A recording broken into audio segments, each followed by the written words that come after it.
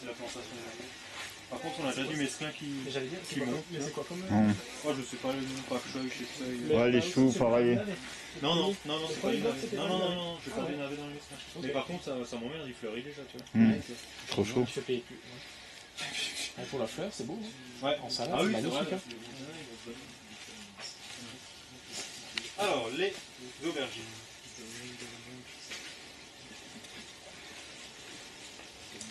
Mon principal souci sur les aubergines, c'est de ne pas les tutorer. C'est assez une amélioration qu'il faut que je fasse parce qu'à la fin de saison, là, ils se retrouvent couchés. Mais c'était Jacqueline là, qui me demandait comment je fais sur aubergine.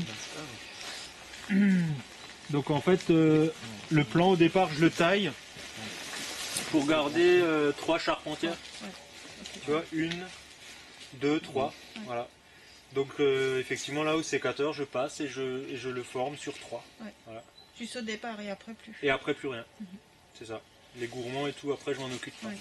Ce qu'il faut que j'améliore, c'est un système de tutorage, des piquets et puis des ficelles. Là, voilà. C'est un peu pour faciliter la récolte. Donc là c'est pareil, pas de goutte à goutte, aspersion. Et amendement avant de poser le film, plantation dans le film, voilà, aubergine c'est quelque chose de très simple. Du coup tu as moins d'acarien aussi avec l'aspersion. Ben c'est ça. Ouais. C'est un des gros avantages. Et parfois quand j'ai un peu de début d'acarien, je fais de l'aspersion programmée, enfin voilà, 5 minutes plusieurs fois par jour, machin. Pour qu'elle soit pas dans des bonnes conditions. Ouais. Et du coup c'est... Pareil pour le concombre, parce que le concombre est super sensible à l'acarien. Oui, c'est ça. Acarien, je fais de la concombre, pardon, je fais de la micro-aspersion, du bassinage dans l'après-midi. Dans l'après-midi, d'accord. Voilà. C'est quoi le souci quand ils sont jaunes comme ça, les aubergines? Ouais, je sais pas au juste. On l'observe chez pas mal de monde et je sais pas. Je ne sais pas quoi elles mûrissent. Elles sont dures, elles sont pas bonnes. Elles sont dures. C'est pas du jaune qu'elles sont mûres, ça? Enfin, qu'elles sont plus qu'elles font les graines, quoi? Le jaune, là? Ah oui, celle-là, là, c'est vraiment blanc. C'est un problème, c'est bizarre. C'est un problème physiologique. Ah ouais, c'est zarbi, ouais. Et effectivement, sur cette variété-là, c'est quand elles sont très mûres. Voilà. Mais moi, je les récolte au stade. Ah oui, c'est les... Comme ça. Malade, problème. Normal. Donc là, juste l'amélioration, je pense, c'est le tutorage pour faciliter la récolte, mais sinon, l'itinéraire me convient. C'est vrai qu'on a essayé avec les fils à tomates, mais ça marche pas des masses. Non, c'est beaucoup. Ouais, pèse lourd, non? Non, les tuteurs, justement, piqués. Piqué, ficelle, Même piqué par plan, non, mais c'est beaucoup de boulot aussi. Ah, c'est plus long. Oui. Ouais, bah là, avec les deux ficelles, tu l'installes une fois. Ouais, mais dans ce sens-là, ils pourront quand même... Bah, moi, je mets des clips à tomates. Chaque Oui, il faut extrémité. Oui. Et comme ça évite qu'elle bascule, quoi. Ouais. Ah, c'est une bonne idée. Et tu mets un piquet tous les combien? Je sais, 3 cm. Et du coup, à quelle hauteur? À cette hauteur-là? C'est des petits piquets de cette hauteur-là. Et La après, ficelle, tu on a une ficelle basse et une ficelle plus haute. D'accord. Pour quand elle monte. Fois la haute, quand même pas où ça en est.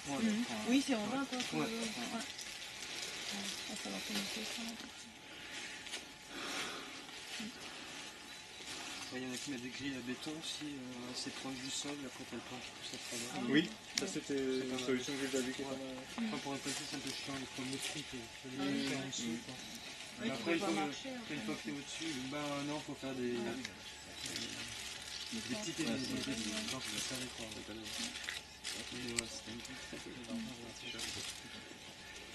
Là, tu les laisses aussi le plus tard possible, Je vends encore tout. J'ai bien la demande.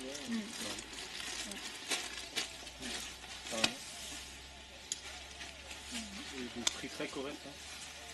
Donc là, je travaille avec un collègue qui lui suremballe pour vendre en grande surface. Et donc sa manière de travailler, disons, il veut lui gagner de l'argent. Et s'il y a des producteurs qui lui ramènent des produits, il veut lui pouvoir bien les rémunérer, que le prix de vente soit correct. Voilà. Ça c'est le principe de base. Le deuxième truc, c'est qu'il veut bosser avec des collègues autour qui sont capables de le fournir 2 fois par semaine. Donc il se déplace pas trop, quoi. Ils sont à proximité. Et ces collègues-là, dont je fais partie pour Jean-Christophe Dussman, eh ben, ils sont prioritaires au sens où ils disent ce qu'ils ont. Et si lui, il lui en faut plus, après il complète chez grossiste. D'accord. Et moi, mon grossiste à moi, c'est lui, quoi. C'est sympa ça. Ouais. Et donc on a trouvé ce système. Au début on se cherchait un peu, et puis à un moment je lui ai dit mais en fait moi le plus simple c'est que je te propose mes dispos, parce que le truc c'est combien je dois commander en plus, qu'est-ce que tu peux me fournir cette fois-ci, Donc lui avec certains producteurs il leur dit bon bah voilà fais-moi 50 barquettes de ci, tant de kilos de machin, et ça c'était pas évident pour moi. Et donc moi je dis moi ce que je te propose c'est de récolter, de dire ce que je peux te fournir, et là-dedans toi tu me dis ce que tu prends toi. Et en fait 95% des fois il prend tout parce que moi je suis ça de ses besoins. Oui, bah oui. Et voilà. Donc c'est bien en fait de travailler avec des niveaux de besoins très différents. Ouais. Et puis d'avoir une support quelque part quand les paniers n'absorbent pas C'est toute ça. la production. C'est ça le souci. Quoi. Ah ouais. Et donc les prix sont vraiment corrects. Il a dit ben voilà moi mon truc en début de saison on va démarrer avec des prix forts, quitte à devoir baisser en cours de route. Et en fait cette année rien n'a baissé. Et au niveau des amables, les gens s'engagent sur un certain nombre de semaines ou bien ils peuvent s'engager comme ils veulent? Non c'est sur des saisons. Ah, d'accord. Des saisons d'abonnement. Ouais. Et en fait on est en milieu rural, donc on a le choix des durées de saison, on l'avait convenu avec la première map qui a été créée. Et ça permet vraiment aux gens de faire une pause en été, parce qu'ici c'est quand même il y a beaucoup de jardins. Voilà. Et puis c'est pas toi qui as le jardin, c'est ta mamie, c'est ton machin, c'est le voisin qui te propose. Et du coup, il y a 20% entre 15 et 20% qui font une pause en été. D'accord. Au moment où tu as le plus de production. Ouais. Tu en juillet, août. Ouais, c'est ça. La pause, c'est juillet, août, septembre. Là, la nouvelle saison démarre. Et en avril, je fais pas de panier. De toute façon, c'est la fin des stocks et tu sais pas encore ce que tu as. Donc c'est très chouette de faire cette pause. Et puis en même temps, tu as assez de boulot. Quoi. Donc c'est 2 jours par semaine où je prépare pas de légumes. Et puis tu as le temps pour aussi. Voilà, c'est ça. Il y a assez de préparation à faire. On est d'accord. D'où l'intérêt d'avoir des coopérateurs. Sinon, ils ont 18 heures de travail annuel obligatoire. Et s'ils les font pas, ils payent. S'ils ne le font pas, ils payent. Ou alors ils trouvent quelqu'un d'autre. Oui, ils trouvent quelqu'un d'autre. Ça fonctionne, ils trouvent quelqu'un d'autre. Oui, des étudiants qui viennent faire le boulot à la place de ceux qui n'ont pas envie. Et qu'ils ont payé pour le faire. Et qui sont payés pour le faire. Non mais la clé des champs c'est fabuleux. C'est mon rêve la clé des champs. Le système coopératif il est bien. Au niveau des itinéraires agriculturaux, de la technique maraîchage, c'est pratique. On est en train de tout revoir. Ah ouais. Parce que ça bug après. Non, enfin là on est en train de faire un système agroforestier en fait. On plante des arbres. D'accord. Entre les lignes de culture et puis bon, planche permanente, etc. C'est sympa aussi les week-ends. Ouais. Jura suisse comme ça. Et qu'est-ce que vous plantez là, ce sera principalement pommes, poires, pêche, et pas de fruits à noyaux parce que ça impacte pendant la période. Ouais, mais bon, qui arrive tardivement. Si on voulait pas de cerises, enfin tous ces petits trucs chronophages. On continue à nous envoyer, je crois. Et puis on a une ferme partenaire qui fait déjà aussi tout ça, quoi. Donc du coup, c'est pour pas non plus rentrer sur son créneau. Et vous avez assez de terrain, non? La clé chercher des terrains? Bah ça y est, ils ont acheté là. Ok. Donc le terrain est à nous depuis 2 ans. 3,5 hectares. Sur la parcelle d'Émile, là, au Moulin de la Terre. Ouais. D'accord. Émile Frossard. Et Émile est à la retraite et c'est une jeune qui a repris la ferme là. D'accord. Aminata, sa femme. C'était Aminata, sa femme, exactement. Mais là maintenant c'est Maud. J'étais trop content quand j'étais là. Maud Goda qui a repris la ferme. Pareil, maraîchage et élevage et vaches quoi. Oui. Ça y avait déjà. Et l'oncle d'Émile vit encore? Non. C'est fini celui qui a réalisateur. Oui. Voilà, c'est fini ça. Ah oui, c'est chouette. Pareil. Je confirme. D'ailleurs, à ce propos, on a un petit flyer à faire. On a été nominé pour un concours en Suisse là, sur l'innovation en agriculture et donc on est les seuls romans face à 3 projets bernois, donc on a peu de chance. Et vous faites appel aux francophones? On a fait appel aux francophones, donc si vous voulez aller voter en ligne pour notre projet, vous êtes les bienvenus. On a besoin d'argent. On a besoin d'argent. Montre, il y a une adresse, il y a quelque chose là? Ouais, il y a tout ce qu'il faut. Merci. Et donc si on arrive à gagner, ça va permettre de faire avancer notre projet. Puis on pourra vous faire visiter plus vite. Ah, voilà. Et si vous pouvez le faire tourner dans tout le réseau, dans tous vos réseaux. Tu veux que je t'en prenne un peu de surplus? Ah, je veux bien. Là, on a j'ai pensé au surplus pour toi. Au lycée aussi, ils peuvent peut-être. Vas-y, moi je peux redonner. Faut aussi des stagiaires. Voilà, super. Parfait. Et vous avez combien de familles? 220 170 paniers semaine. Ouais. Et ça comporte environ 220 familles en fait. Avec les demi-paniers. 270 paniers, c'est Non, 170. 170. Et il y a combien Sur 3 hectares. Il y a combien de personnes qui travaillent On est 2 salariés. à 2? Ouais, mais ils gèrent les coopérateurs. Mais on a tous les coopérateurs, donc on a 220 personnes Ah oui, sous la main. Sous la main. Donc on a toujours du monde en fait, plus des bénévoles aussi, et puis des migrants, des migrants tous, qui viennent faire des petits moments. Et Anne-Sior, il vient encore, il est coopérateur? Bien sûr, ouais.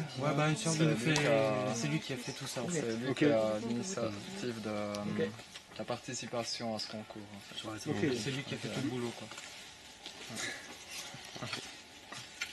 Ça marche. Moi je dois vous laisser juste. Je vous dis au revoir. T'as encore une question? Non, mais je voulais juste vous dire au revoir. Je vous laisse finir. Oui. Du coup, si vous voulez Ça voir marche. l'atelier plan. Et puis, oui, c'est vrai. ouais. Les machines. Les machines, c'est sur la route. Voilà, parfait. Des machines. Ah oui. Bon, merci Jean encore et puis merci à tous d'avoir participé. C'était Merci aussi Camille. Merci Camille. bien. C'est bien enrichissant, j'ai l'impression. Voilà, là on peut y aller. Et là, vous êtes à combien? Alors, on était à 2 associés, on s'est séparés début d'année. Donc, je suis seul exploitant avec un apprenti à mi-temps et quelques stagiaires. Et l'idée, là, c'était une année un peu transition et voilà.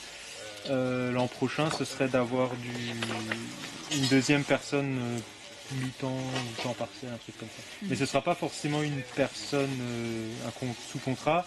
On est en train de mettre en place aussi avec les aides d'Ingvillers une équipe de l'ESAT qu'on va former au maraîchage et qui viendrait ponctuellement dans les fermes pour filer des gros coups de main. Donc si ça vous dit, une équipe qui vienne et qui sache planter ou désherber ou récolter, Carrément. voilà, on est en train de la former. Donc si vous avez des besoins particuliers, vous nous les faites remonter là en disant bah voilà, nous ce qui nous emmerde le plus en saison et là on aurait besoin de monde, c'est le désherbage. Là, je pense que je ne me trompe pas trop, mais voilà, s'il y a d'autres trucs. Quand on plante, après, S'il y a tout le monde aura besoin s'il y a d'autres trucs particuliers, mais ça après ça se gère. Quoi. Non, pour S'il les y a d'autres trucs plantations, particuliers.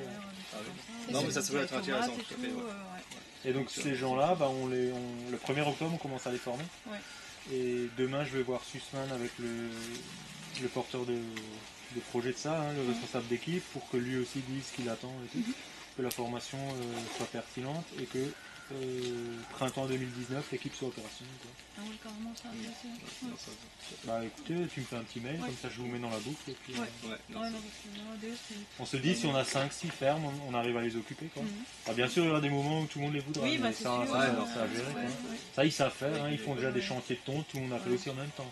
Ouais. Ça, c'est pas, à la limite, ça c'est pas notre problème. Tu vois. Nous on leur donne du boulot, à eux de le gérer. Si après il faut former une deuxième équipe, il y aura une deuxième équipe. Ouais, puis s'ils sont formés, c'est d'autant plus. C'est moi qui C'est vais le intéressant. faire. Ah bah. Attention. Et ce temps partiel dont tu parles, du coup, ça serait par ces personnes de tes actes Ben à voir. Si l'an prochain c'est déjà opérationnel, sinon il y aura une autre personne, j'en recruter pas. Ouais, ça pas déjà. Alors, je ne me demande pas ce que ça veut dire. ESAG.